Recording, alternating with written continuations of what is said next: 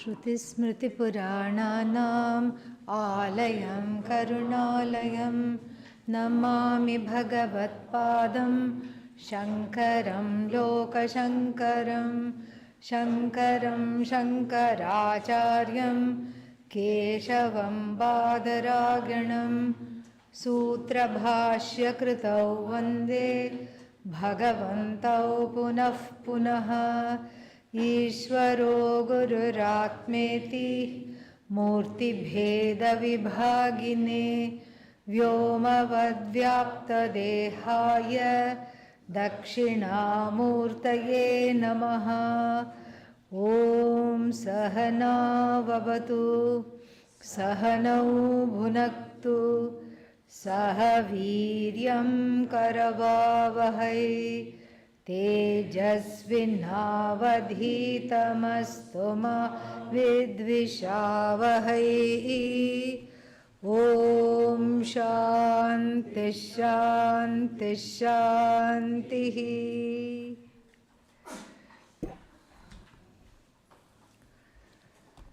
श्रीभगवानुवाच इदं तु ते गुह्यतमम् प्रवक्ष्याम्यनसूयवे ज्ञानं विज्ञानसहितं यज्ञात्वा मोक्षसे शुभात्। राजविद्या राजगुह्यम् पवित्रमिदमुत्तमम् प्रत्यक्षागम धर्म्यं सुसुखं कर्तुमव्ययम् अश्रद्धधानाः पुरुषाः धर्मास्यस्य परन्तप अप्राप्यमान्निवर्तन्ते मृत्युसंसारवर्त्मनि।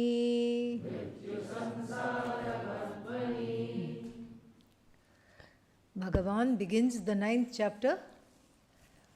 For a change, there is no Arjuna's question, not a question from Arjuna, but what is there? There could be a doubt that there are many ways of reaching Brahman. From the discussion of the 8th chapter and the yogis, siddhis.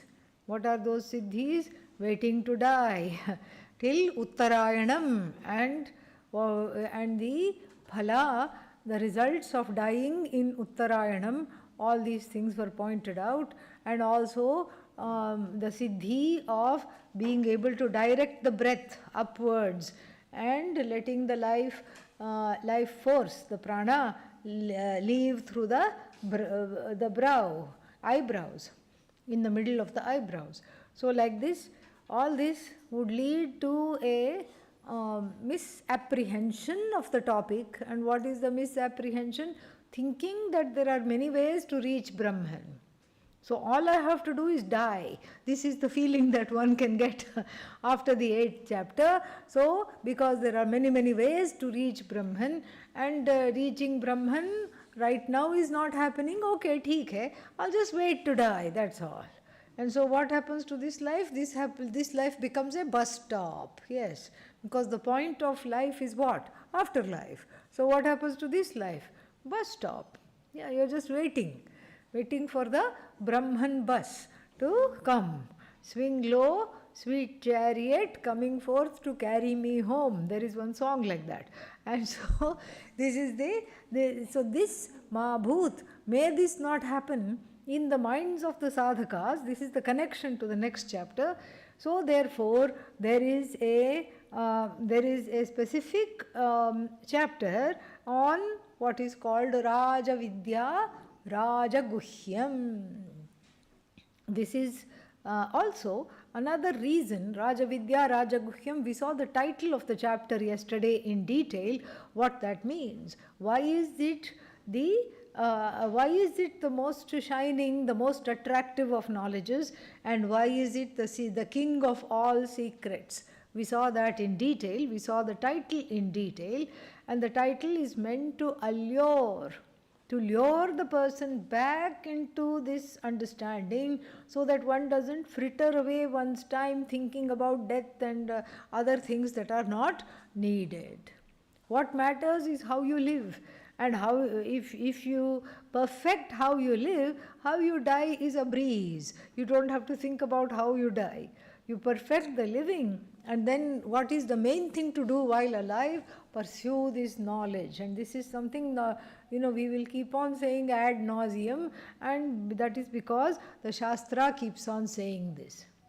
Another thing, that this reminder cannot come at a more important time. Why can't it come at a more important time? How many chapters does the Bhagavad Gita have? 18. What chapter is this? So it's right in the middle. So we can have the people in the corporate sector, offices and all, they have done a lot of study on worker productivity. Which times of the day the worker is most productive, and how to motivate the person and all that. So they found that there is some thing called the mid-morning slump. Mid-morning slump. Let's say the office starts at 8 o'clock. This is only Western offices. In India, it starts at 10:30, and then immediately people go into tea break. And so by the time you can go to somebody to get things done, it is 11:15. Okay, it's a nice long 45-minute tea break. So this is not how it is in Western countries. Let's say the office starts at what time? 8 o'clock. And lunch is at 12 or 12:30 lunch will be at. And so like around 10:30, there is what is called mid-morning slump. In the sense of just some tamas coming over all the workers, and then some kind of a lethargy, not wanting to do things, and just wanting sleepiness, lethargy, not feeling like doing anything, apathy, resistance, and all this is there. So to that end, they would have instituted things like tea break, 15-minute break, all these things, so that you can just go splash some water in the eyes and then come back. So by the time the 9th chapter comes along, there is a mid-Gita slump. Everything I have heard, Atma, Atma, Atma, A for Atma, B for Brahman, C for Chit. Yeah, C for consciousness, Chit, very good. D for Dharma, yes. E for Eshana, F for Karma Phala. You can keep on going. Yeah, all this I know Atma, I know Brahman. Yes, I know I'm not supposed to say I know Brahman, but I do know Brahman. And like this, all these things, one has got to this place of like a little bit of a slump. So the 9th chapter is pure, wonderful tea break. That's what it is. It is like a break designed to energize and bring the person, the jiva, this mad jiva who's keeping on looking for ways of escaping this knowledge. By calling this knowledge, just so boring. By calling this knowledge, how many people will really get it? And by calling this knowledge, it's a waste of time. I have too many things to do. This is one more thing to do.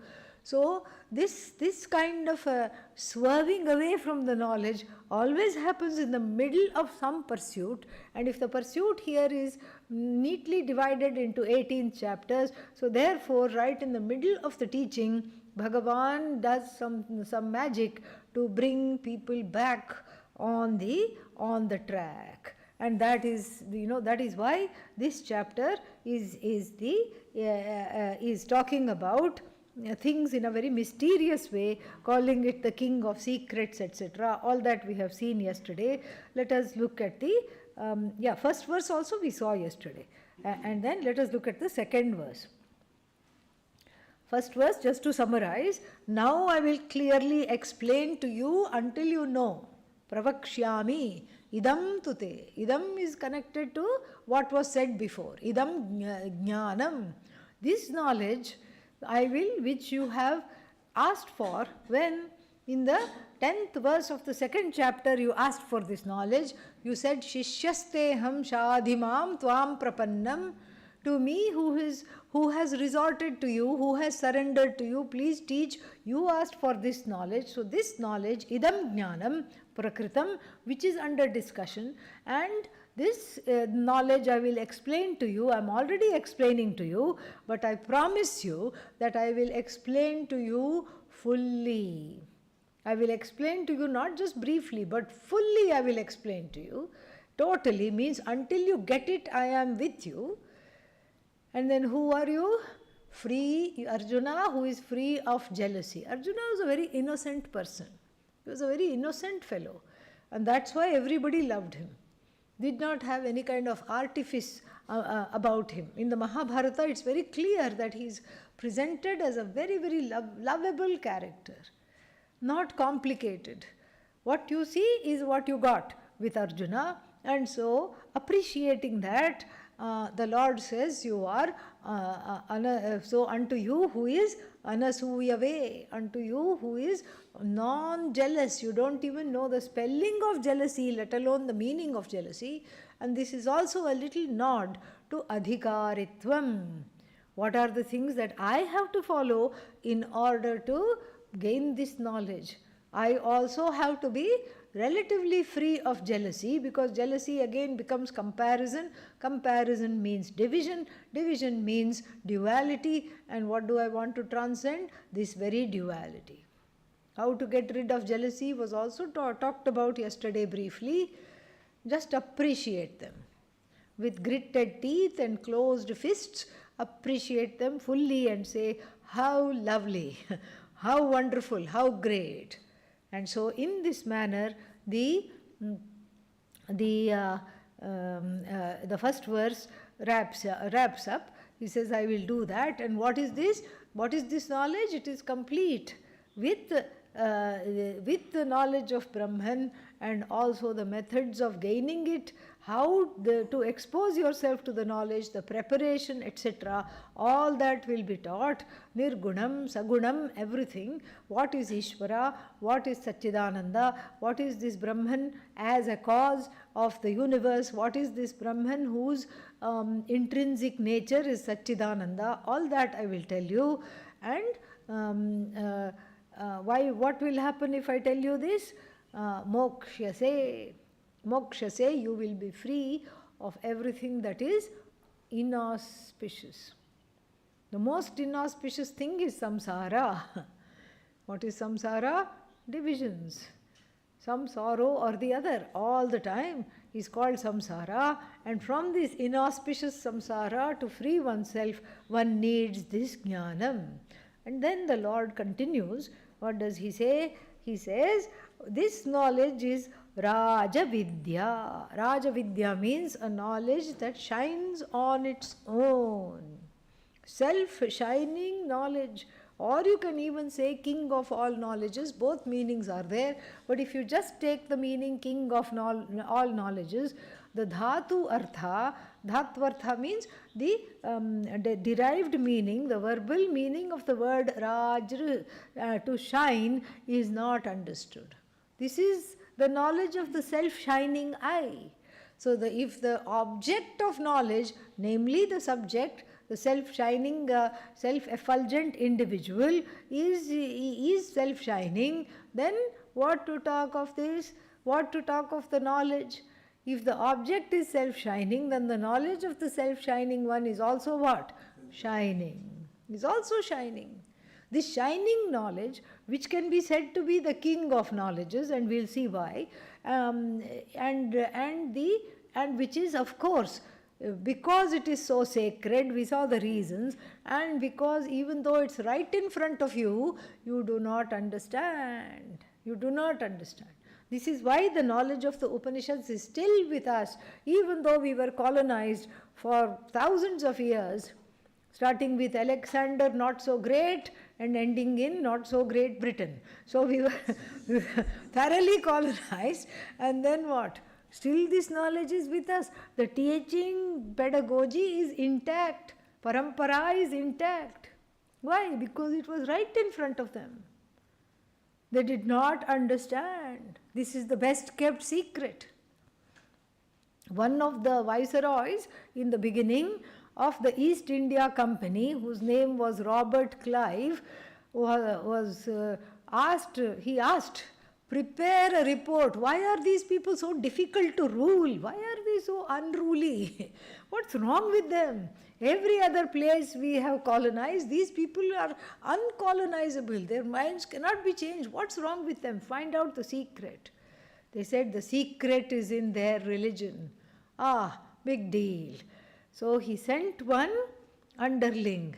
Underling means somebody who was underneath him. He sent one underling, and then what is there?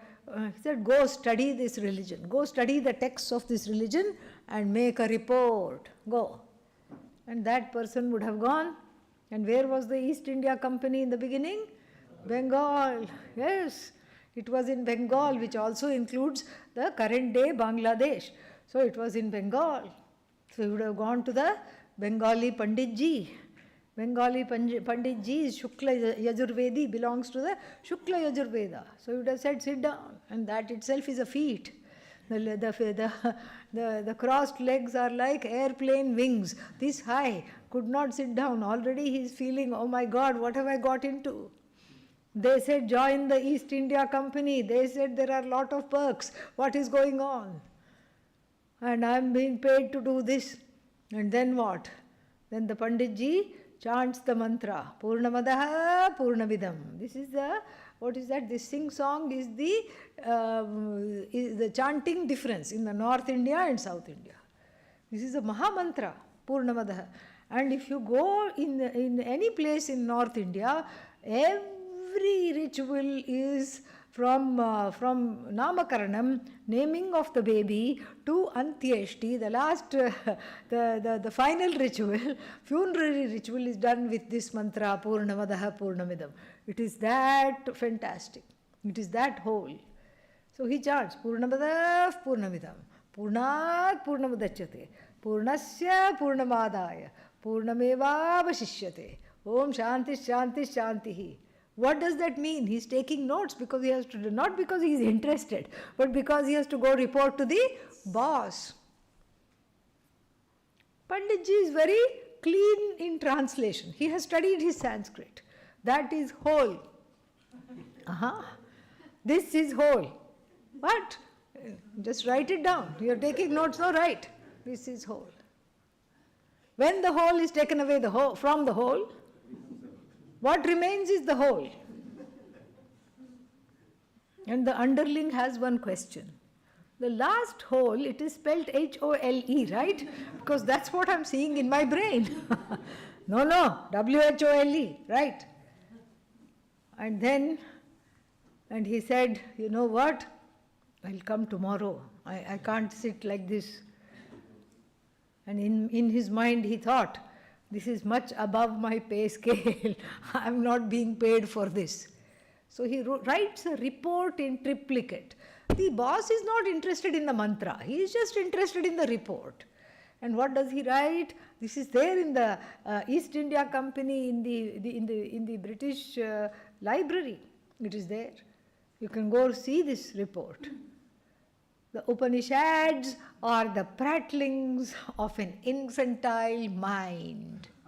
This is what he wrote in triplicate and filed it, and he said, never again, no more Panditjis for me. And then somebody told me this, and somebody said, oh, weren't you offended when you heard this? I said, no, I was not offended at all. I was very, very relieved. Why were you relieved? It was because of this report that the Upanishad we still have to enjoy. This was saved.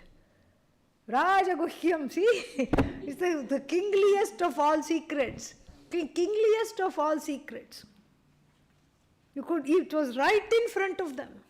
The whole Ishavasya Upanishad he could have studied but did not, and the whole, even the Purnamadaha mantra, if he had studied, he would have been absolved from all problems.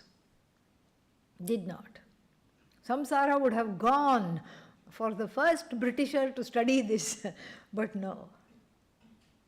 Right in front it was, but for lack of preparation, lack of interest, and sheer disbelief that something could be so wonderful and right in front of me that I have missed.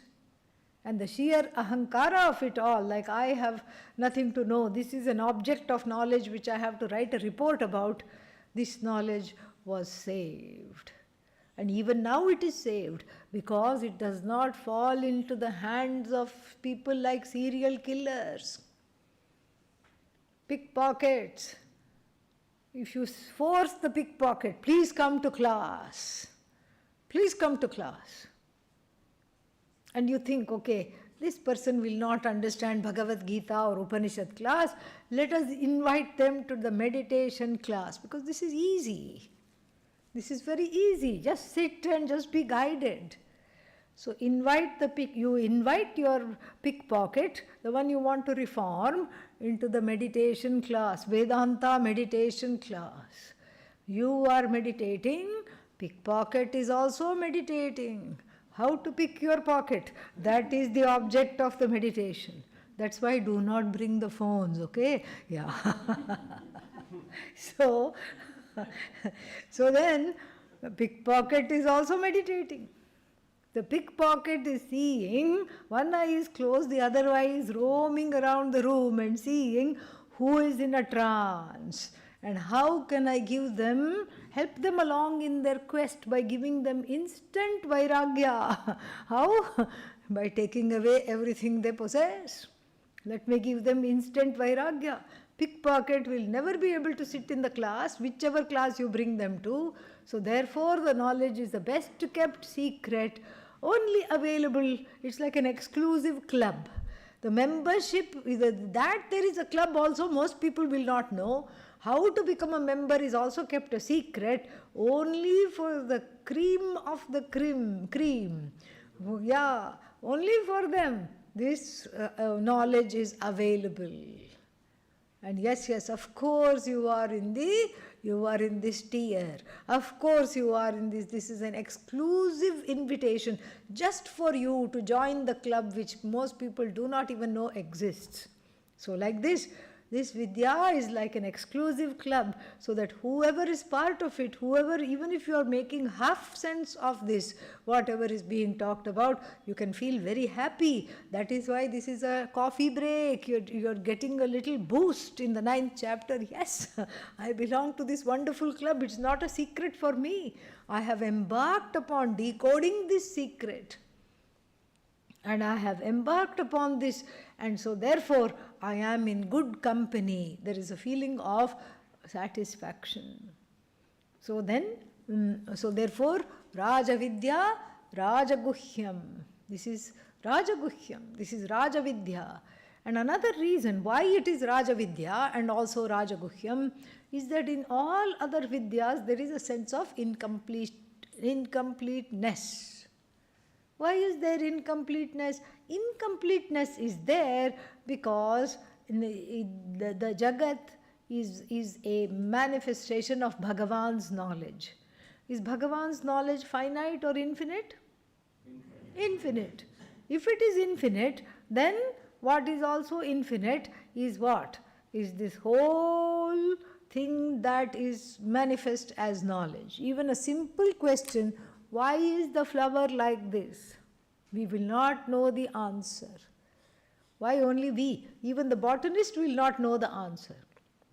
They will just say a few things, but every knowledge is just up to one more question. That's all it is. So the knowledge is infinite, and since the knowledge of the Jagat is infinite, so it is, so anything that you take as an object of study, any branch of knowledge you pursue will also be what? Infinite. And what is your brain, finite or infinite? Finite. Memory? How do you spell finite? Yeah, that is the extent of the memory. All right? Memory finite, brain finite, capacity to pay attention extremely finite. Everything is finite. How are you going to know? You're not going to. So every knowledge, even if you get a PhD, that PhD is knocked over by new knowledge which somebody else gets a little piece. And then what? And then that's why the knowledge is constantly being updated in the universe, like your apps on the phone. Like on your smartphone, all the apps are constantly being updated. Why? Because new knowledge is there, new information is there. New ways of hacking the phone has been found. So the operating system has to find new ways of stopping those hackers. Therefore, update. Update the operating system, update the apps constantly. So any knowledge in the Jagat is like that, update, update, update, update, update. And which is the last update? There is no such thing called the last update. It's not possible. Whereas this knowledge, Rajavidya, Brahmavidya, is what? Complete. But how is that possible? Brahman is infinite. Yes, but what is this Brahman? You. That's why the knowledge is complete. It's a knowledge that cannot be improved. It's a knowledge that need not be updated. It's a knowledge that never goes out of fashion. And therefore it has a sense of completeness. Any other knowledge, one is left wanting, one is left hanging, one is left completely, one is left incomplete. One is left wanting. And therefore, this knowledge is what is complete. Why is this knowledge complete? Because it puts an end to the seeker. All other knowledges keep feeding the seeker. Keep feeding the seeker a little appetizer and say, go there and do this. It's like a maze. It's like a maze. Every other knowledge is like a maze. Oh, you're interested in this? Follow this path. And then go over there. Oh, you encountered a roadblock? Never mind. Come back a little bit and go this side and get that. Go that side and get this. Like this, every knowledge is a maze. This knowledge is amazing. That's why it immediately delivers what it promises. It delivers you from samsara. That is what it promises. No more sorrow, no more fear, and it delivers. Every knowledge doesn't do that. It is a maze. You get lost in it. And then you are left wanting. After the PhD is completed, many people have told me they feel sad. It's almost like a depression for a bit. They feel sad. Why? Because it's over, but there are still so many questions remaining. It's like a postpartum depression. The PhD is the baby, and having birthed the baby, there is a sorrow. Now what? After gaining this knowledge, the now what, fir kya, will not remain. That is why it is the king of secrets, it's the king of knowledges, it's the self-shining one, it's the best of knowledges, because every other knowledge leaves you hanging. This knowledge alone frees you. This knowledge alone you can say Mangalam, finished, end, the end. Every other knowledge is just a maze. There is no end there. There is no end to what you can discover. There is no end to how much it can be split into various specialties. But this knowledge cannot be improved upon, cannot be updated. Once Pujya Swamiji was doing an interview. And in this interview, the reporter asked, what if Adi Shankara were to come now, come back in Kali Yuga? Or what if some figure like Adi Shankara, who's very, very erudite and does that, wants to come now, and then how will they update this knowledge? What will they do if Adi Shankara came now? How would he update this knowledge? What would he do?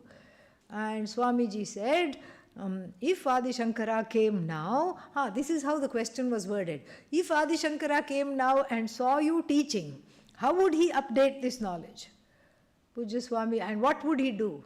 Pujya Swamiji said, if Adi Shankara came now and saw me teaching, he would pat me on the back and say, Shabash beta. Congratulations son, you are doing a great job. Why? Because this knowledge cannot be improved upon. It is whole. What is there to improve? You are limitless. You are of the nature of Ishvara. Please try improving this right now. Try improving. All you can say is, I disagree. If you disagree, you only look bad. If you say, I'm not whole, that means what? I'm half. I'm 1/4. This knowledge cannot be improved upon. This knowledge cannot be argued with. This knowledge cannot be transformed into anything else. It only transforms you, the miserable person, into the person who is Satchidananda. That's all. And even when you are miserable, you are Satchidananda. It is pointed out that you are Satchidananda, and therefore there is nothing more to do. This again fills people with a sense of dread. That is why I am not getting moksha, because I'll have nothing more to do. I'll be bored, I'll be sitting like this idle. And what will happen to world progress? As though world progress was depending on you. Really. We have to get real about this. Well, this is not that, it is not stopping you from doing. It is stopping you from being addicted to doing. Do you see the difference? I can do freely whatever I want. I can do help the world. Loka Sangraha is possible. Look at Pujya Swamiji, what all he did in his life. And so one can continue to do, but one does not have to do. There is no forcing, there is no pressure. The pressure from the doing is completely gone. I don't have to do anything to prove myself. I don't have to do anything to show something. I don't have to do anything to up for a sense of validation. I do something because it pleases me and it pleases others. That is a very different kind of a doing. And so here, this knowledge takes away the pressure of searching for something or the other in order to make oneself acceptable, in order to get rid of self-loath, get rid of self-doubt, get rid of all kinds of self-questioning, self-critique. That is why this knowledge is complete. Truly I can say, I am content. In fact, I am contentment personified. Every other satisfaction is what? Every other satisfaction is for a short time. You feed somebody and then even before the lunch bell rings, they are hungry. You give some other body of knowledge, you teach people Sanskrit and then they want the sutras. You teach people the sutras, then they want Patanjali's Mahabhashya, commentary on the sutras. You teach them that, then there is a commentary on the commentary, there is a tika on the Mahabhashya, they want to study that. There is no end. But you teach them you are the whole, and then the pursuit itself, the mad pursuit, where all these things you pursue comes to an end. Therefore it is Raja Vidya, Raja Guhyam we have seen, and then what is the next word? Pavitram. Pavitram. Pavitram means it is pure. Why is this knowledge pure? Because it knocks away the notion, I am a papi. Papi means given to Papa. I have done so many omissions and commissions, there is no retribution for me. How are you going to get rid of the sense of guilt? And in the world there are many ways. In our tradition we have prayashchitta. You can do a little fast, you can do something, you can get rid of some guilt or whatever, some wrongdoing. But the guilt, the lesha of guilt, the feeling of guilt prevails, continues.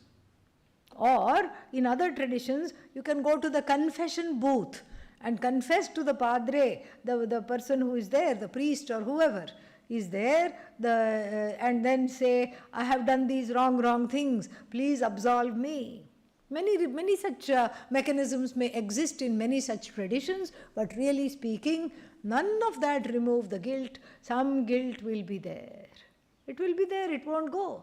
I wish I had not done this. I wish I had behaved differently. Why did I behave this way? Why, I wish I had spent more time with so and so, and now they are gone. I wish I had not done this. I wish I had done this. So all this guilt is very much there, and the guilt is in the form of this, what is that? Apavitra. The guilt, when a mind, the antahkarana, is riddled with guilt, it cannot be said to be pure. It has guilt, and then not only guilt, guilt is because of my own omissions and commissions, and hurt is also there. Hurt is because of other people's omissions and commissions towards me. Why? First instance, I ask, why did I do this? Why did not I do that? And what is the other one? Why did somebody else do this to me? Why did somebody else not do this to me? How come they did not wish me for my birthday? Where is my present? They did not give me anything. You see how other people's omissions and commissions become my hurts, and my own omissions and commissions is called what? Guilt. This is what is called apavitra. This is the impurity. The sense of guilt, the sense of hurt. I cannot reckon with my own actions. I cannot come to I cannot settle accounts with the actions and omissions of other people towards me. These two together make life miserable. This is another definition of samsara, where guilt and hurt remain. That I am subject to papa, various omissions and commissions. That I am subject to punya, various good karma, because of some good deeds I have done. This is what is apavitra. But here, this knowledge takes away the very concept of impurity. When impurity is not there, what is the point? Why do you say purity? Those are two opposites. This knowledge is so pure that it removes the distinction between purity and impurity. Because it removes the feeling that I am guilty. It removes the hurt. Because I understand that I cannot change other people. This is how they are. I learn to accept them as a manifestation of Bhagavan. Starting with my own parentage. This is the meaning of the shloka in the Taittiriya Upanishad. Matradevo bhava, pitradevo bhava, matradevo bhava. Or sometimes wrongly translated as look upon the mother as God, look upon the father as God. How to do that? That's not the correct translation. The correct translation is be the one to whom the mother is an incarnation of Bhagavan. This is a different translation. Even though it sounds similar, it is very different. Be the one to whom the mother, father are nothing but Bhagavan means I have made peace with my parentage. How to make peace with the parentage? This knowledge is the ultimate way. Make peace with the background. Make peace with all the other people's omissions and commissions towards me. Make peace with my own omissions and commissions. And then when I am awakened to this knowledge, then all that drops away like a dream. Let's say in the dream, what was my dream? In the dream, I am a serial killer. I am a multiple murderer in the dream. And then I am happily killing, I think, in the dream, killing, happily means getting away because I am not yet caught. I am happily killing many people. Where? Swapnavasthayam, in the dream state. And then I wake up. Do I have to confess? Do I have to go to jail? Do I have to be accountable for this? No. Why? Because I woke up. Woke up to what? Woke up to the knowledge that this was but a dream. This was but a dream. I woke up to the knowledge. I understood that this is a different order of reality. This is a different order of reality where I no longer participate, to which I am no longer awake. What order of reality is the Swapnavastha? Pratibhasikam. Pratibhasika order of reality. And what reality is the empirical reality? Vyavaharikam. Pratibhasika, my own subjective reality. Dream falls into Pratibhasika. And so when I wake up from the dream, the Pratibhasika resolves into Vyavaharika, the empirical reality. So I know in the empirical reality I have committed no crime. I don't have to confess. I don't have to take myself to the police station. I don't have to be worried whenever I see a policeman or a policewoman. I don't have to worry that they are going to come after me. Why? Because I am awakened to the knowledge that this was Pratibhasika. In the same way, the Jnani is awakened to the knowledge of oneself as Paramarthikam Sat. As Sat, which is ultimate, which is absolute. And therefore, the Vyavaharika is resolved in the Paramarthika. The Vyavaharika is like the dream for in the example. The Vyavaharika is resolved. The Vyavaharika comes and goes. The Vyavaharika is not real. And I, Satchidanandam Brahma, is free of guilt and hurt no matter what my conduct. This is very, very important. That's why we have stories such as Valmiki in the epics, the author of the Ramayana, who was a hunter. Hunter what? Hunting after whatever people had. And he was a highway robber. And whoever walked between two villages, and in those days between two villages what was there? Dense forests were there. And whoever walked between dense forests, he would say, stand and deliver. Oh, deliver this knowledge? No, your possessions, your belongings. And so that they wouldn't tell on him, he would slaughter them for good measure. One day he happened to meet Narada, crossed paths with Narada. Narada, whenever you hear the name, even though people say troublemaker, he is a transformer. Even if you hear the name, transformation is underway. This Valmiki has no way of knowing that. He also says, give me everything you possess. Narada happily hands over his bag, in which there are 4 chapatis for his next meal, which somebody had made for him to eat on the way. Valmiki is not pleased. What did he want? Gold biscuits. And here there are whole wheat flat bread. How can I settle for whole wheat flat bread when I wanted gold bars and biscuits? What kind of a fellow is this? He's not even afraid of me. And he tried to frighten him. Brrr, like this he did. Narada just kept quiet. Here, look at the bag. Have a chapati. Maybe it will calm you down. You look like an angry young man. Good chapati. Have it. I don't want your chapatis. I wanted gold. Nobody has come across my way. I wanted to plunder them and nobody has come. And God sent who? You. Idiot. This is what it is. And Narada says, well, I just want to ask you, don't you feel bad about your ways? Don't you feel that you're doing something wrong? Well, yes, but it is to feed the family. Don't you think you're accumulating bad karma? Yeah, but it's for the family, so my family loves me very much. They're going to share my karma. Are you sure? And Valmiki, who is very self-possessed, suddenly has a doubt. Go and ask them. I'll wait. No, you won't wait. No, tie me to this tree. Come on. Go, tie me to this tree. I won't go anywhere. I'll be a captive audience for whatever you learn after coming back from your family. Go. Find out. Find out what it is.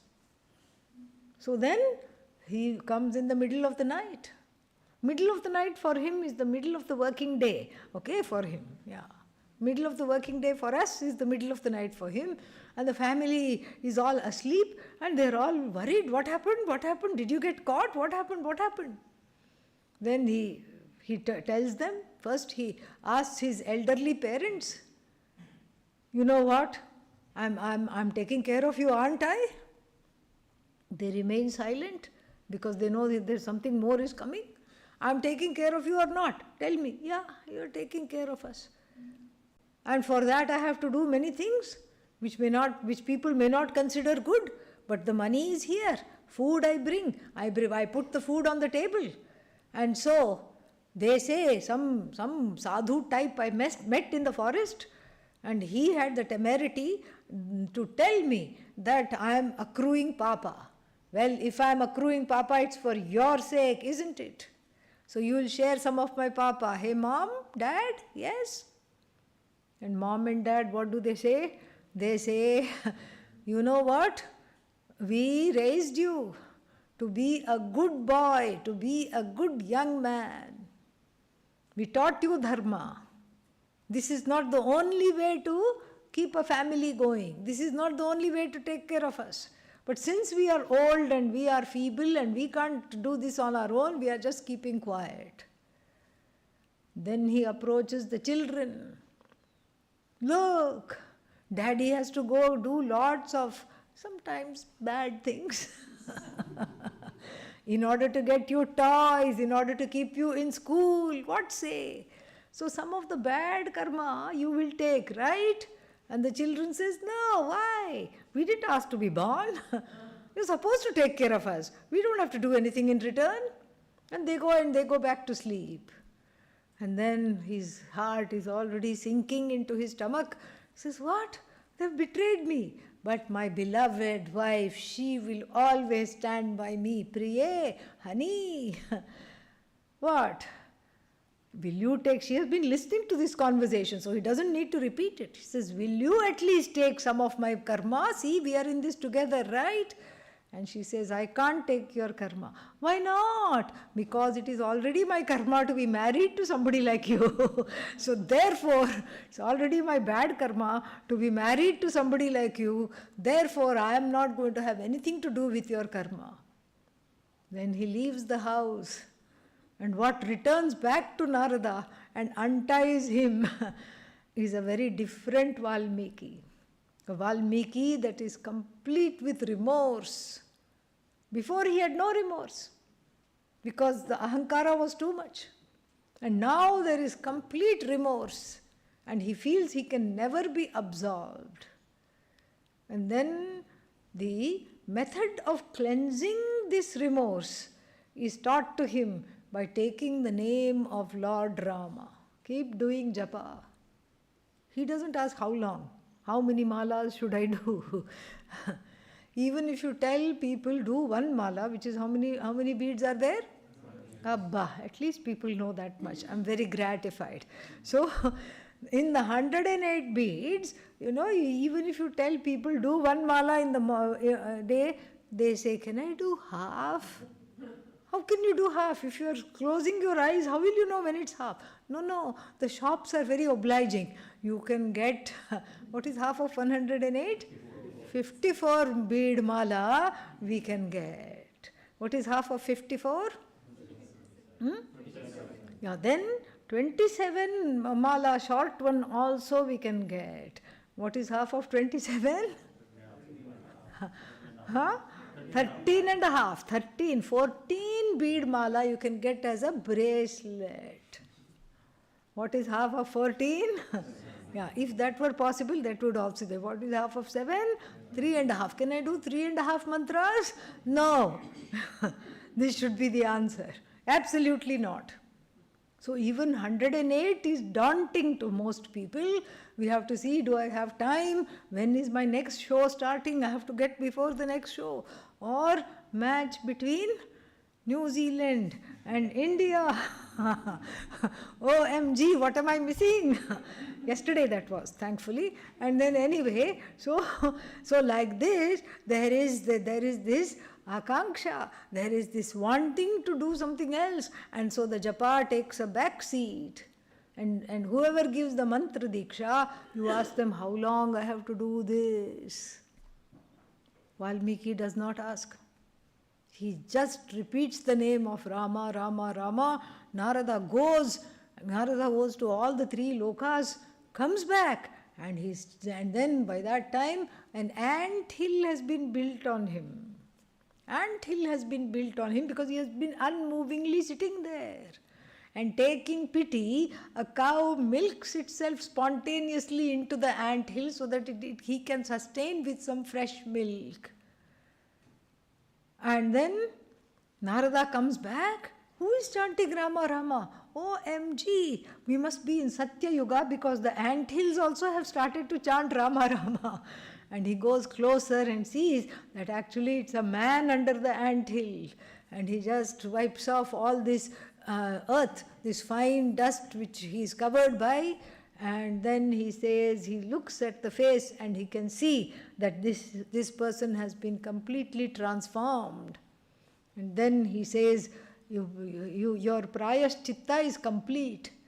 And now please write the story of Lord Rama to just wrap it all up. This is how, in our tradition, nobody is condemned because of this knowledge. This knowledge says nobody is condemned. So we don't believe that anybody is condemned. Why? This very chapter is going to say later on. Apichet suduracharaha.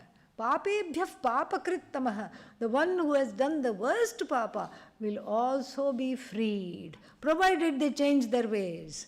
You cannot continue to be a serial killer and in your spare time come to Gita class. That's not going to work.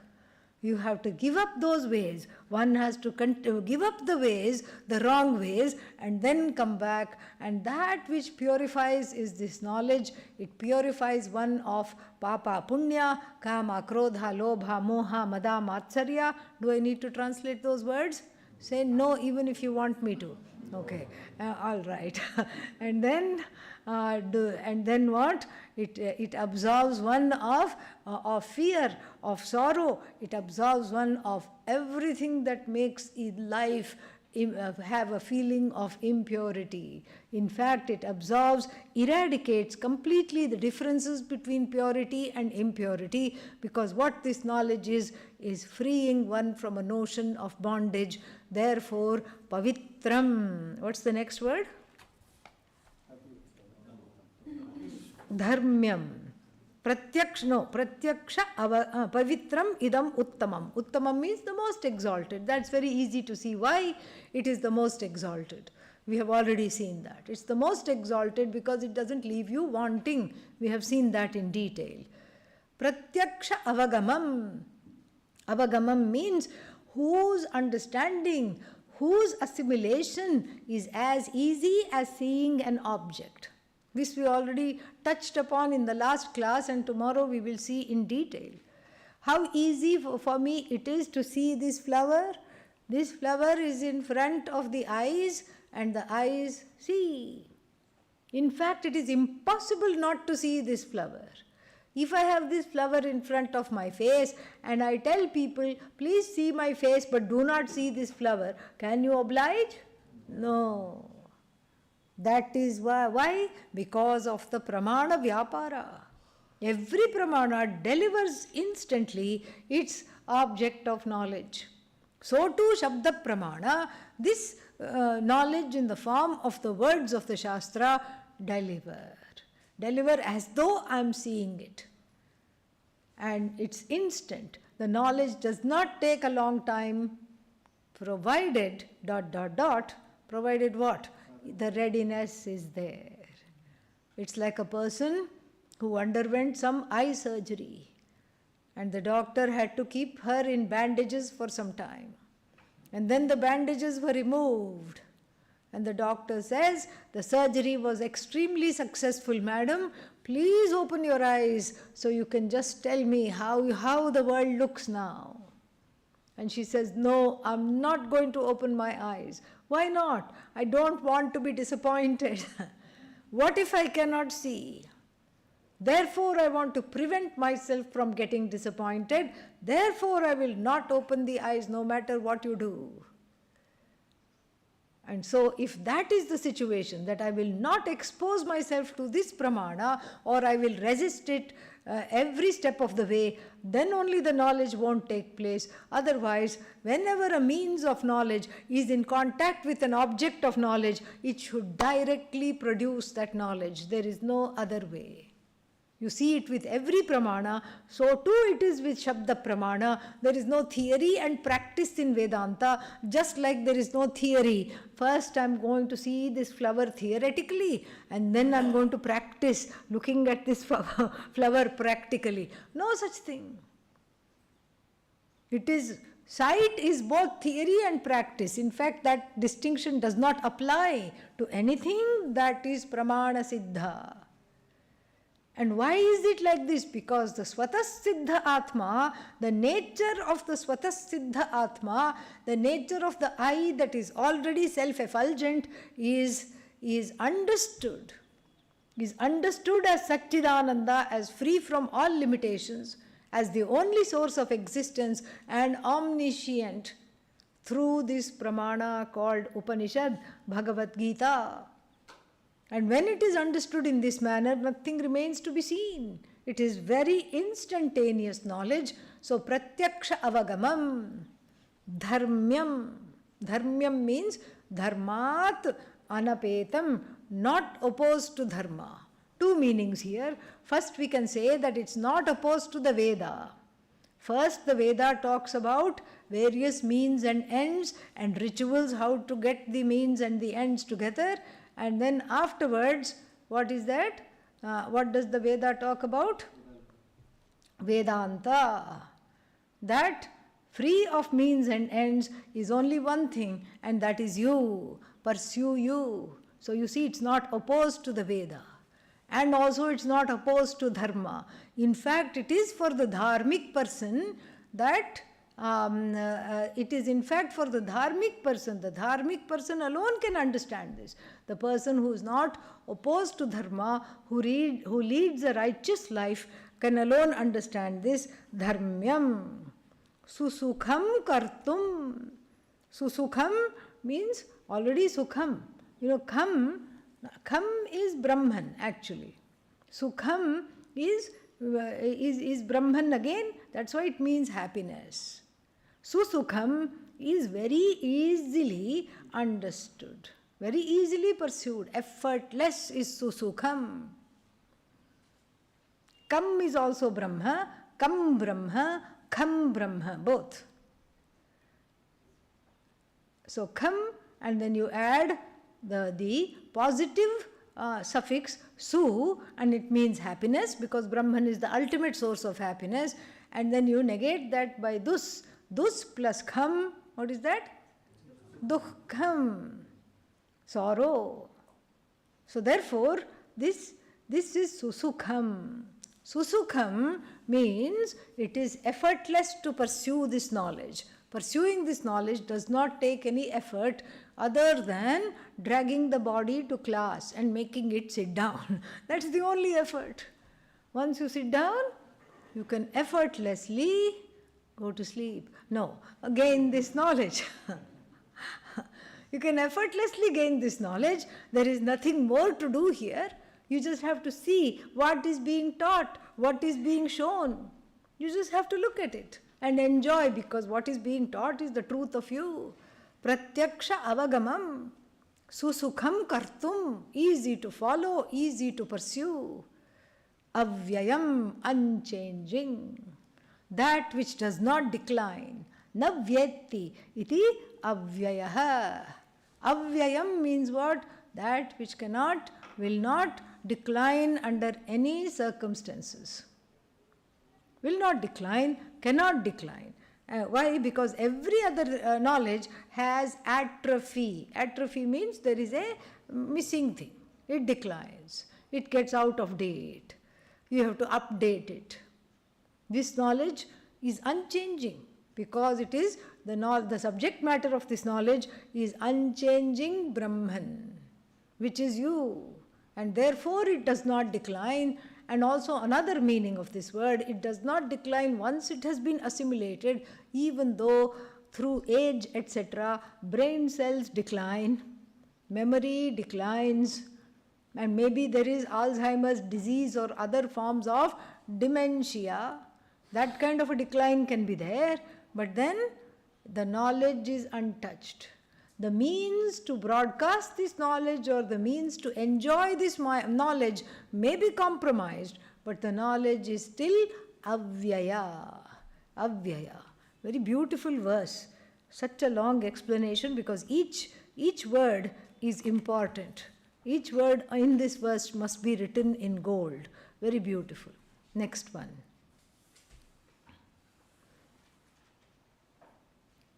Ashraddhadhanaha purushaha. So, what is it that is needed to gain this knowledge that was praised so much in verse number 2? The only thing that is needed, the primary thing that is needed, Lord Krishna says, is Shraddha, trust. Trust, not belief, but trust pending understanding. It is obvious when I go sit in a Vedanta class that my teacher understands, and then I have the trust. Just like my teacher understood, I will also understand. Why? Because someone of this understanding, like my teacher, is teaching me. So, if my teacher could understand, I will also understand. This is called trust pending understanding.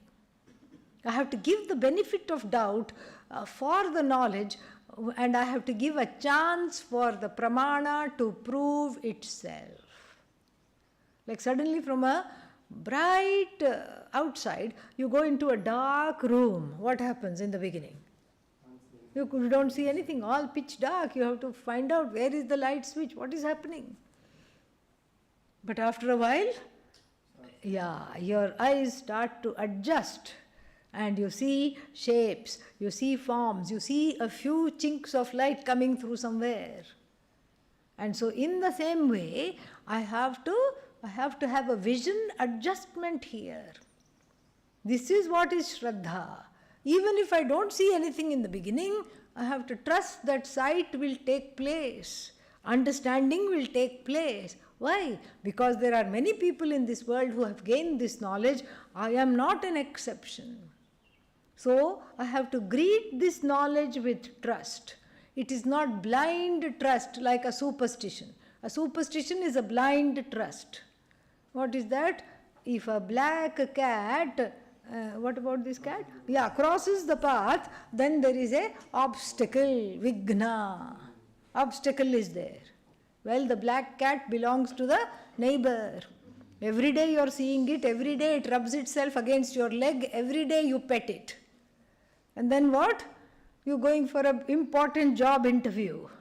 And then it sees you from the other side of the lawn and it comes running.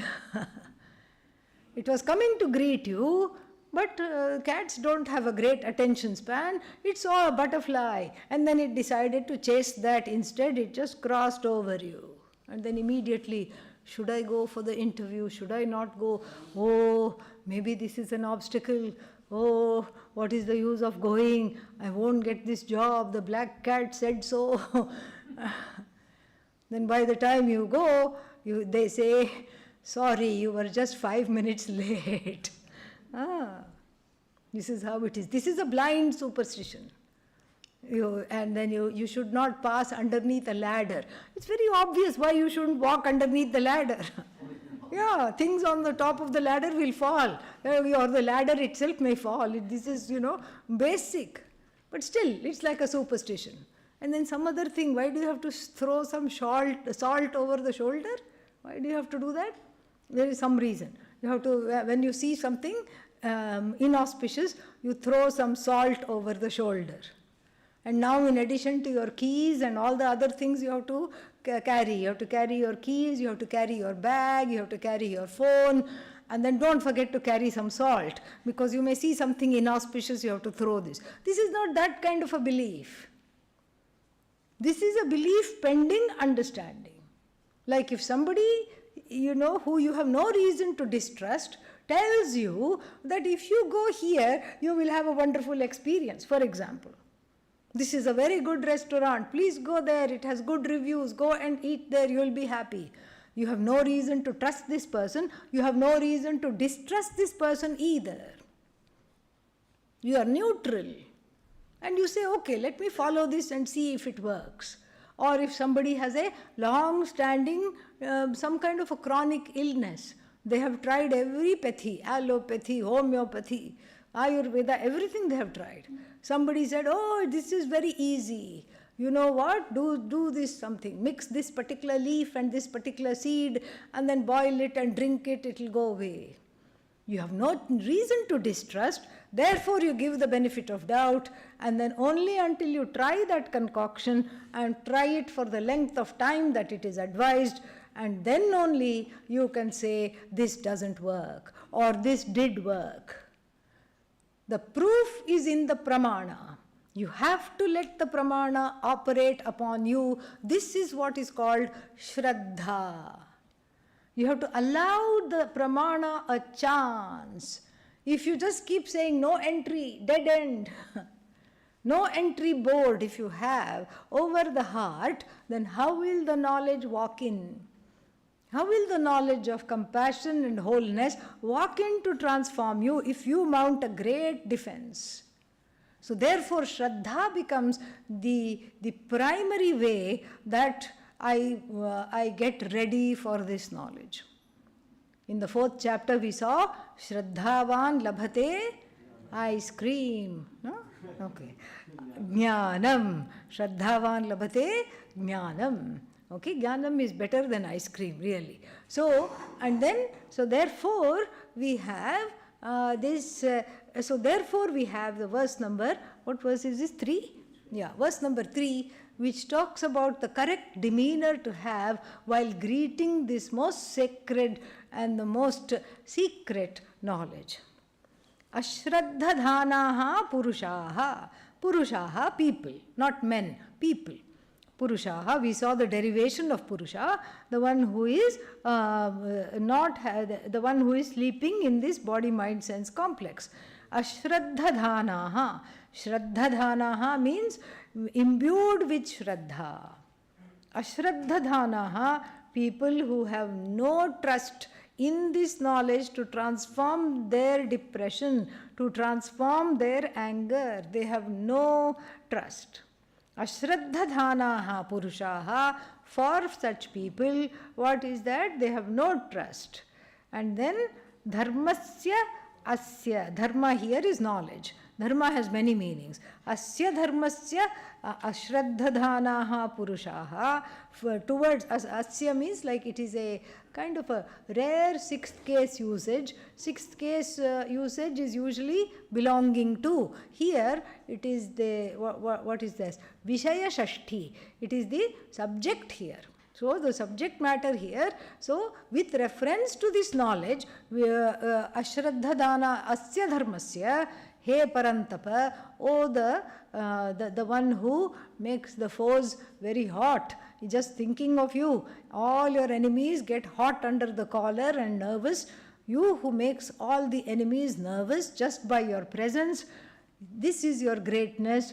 Please know that people of no trust, people who have not yet cultivated the trust, will not be moved by this knowledge. Asya dharmasya, towards this knowledge, if they do not have trust, what happens? Aprapya mam, without gaining me as the truth of them, without gaining me Ishvara as the truth of them, nivartante, they go back. In fact, there is no going back because they never emerged out of this samsara. They remain. Nivartante is best translated as they remain. They remain where? Mrityu samsara vartmani. Vartman is road. They remain on the road. They don't go back to the road. They remain on the road of samsara, characterized by mrityu. It is mrityu samsara vartmani means it is mrityu yukta samsara, madhyamapada lopasamasa. Like, for example, what does madhyamapada lopasamasa mean? It means that in this compound, one word is missing. Mrityu samsara, mrityuna yuktaha samsaraha, mrityu samsaraha. So that samsara which is characterized by, which is full of what? Small and big deaths, losses. Death here is loss. So, mrityu, in English also we can have certain compounds, like when you say, like gas station, gas dispensing station, you don't say dispensing, gas station. So, the middle word is missing. But we understand. So, here mrityu samsara, mrityu yukta samsara, mrityuna yukta samsara, that which is filled with death. Death is loss, death is ending, death is finitude. This samsara characterized by endings and finitude, full of characterized by therefore disappointment and grief, because every end brings with brings with it grief and disappointment. So they keep on this road, and the road of mrityu yukta samsara is what? Keeps going round and round in a loop. You think you are in a new place, but you are not. It's the same building you passed a few times ago. There is a story, there's an ancient story of a man who had some kind of a night vision problem. Night vision problem means what? Like he could not see very well in the evenings and all that. And some vitamin deficiency. So he was caught in the palace tower. So he came to the palace for some reason. He didn't intend to come to the palace. He was in fact wanting to come to the fair which was being held in the palace grounds. But because he could not see very well, he could see big shapes and forms, but he could not really see this thing. He somehow got caught in this round tower. And then he met the sentry who was standing near in the tower. And then he said, you know what? I just keep going and going. Where I want to go to the palace fair. Where is the mela? Where is the fair? I want to go to the fair. Oh, you are in the wrong place. But I can't see very well. Please show me the way. He says, I can't come with you. I'm supposed to stand guard here. So I'll tell you a very good thing. Here, come with me. He takes him and puts both his hands on the wall. He said, keep feeling, feeling, feeling. And when you run out of the wall, that's an opening.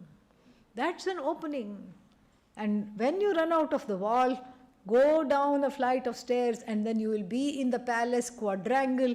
Anybody will be there to take you to the shops and to make you have a good time in the fair. He says, oh, I don't need anybody to help me. My family is waiting there. They are wondering where I am. If I just go down, I'll be there.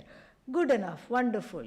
So then the man keeps on holding the wall, holding the wall, holding the wall. And then 20 minutes later, he's back to the sentry saying, kind sir, can you please take me to the palace fair? I think I am lost. And I've already missed part of so many shows. They are going to have a light show, a sound show, a music festival, so many things. I'm standing here completely locked up in this tower. What? Didn't I encounter you 15 minutes ago? Yes. Oh, was that you? Oh, wonderful. But please tell me how to go. I already told you. I put your hands on the wall. Do not leave the wall, I said. What did you do? No, I never left the wall. Are you sure? Well, one time I had an itch, so I nicely scratched the back but kept walking. Missed the opening. Missed the opening, and then what? Came back to this loop, round and round. Shraddha is this opening. We don't miss the opening. In fact, we cultivate the opening. And when the opening is there, definitely this knowledge will take place.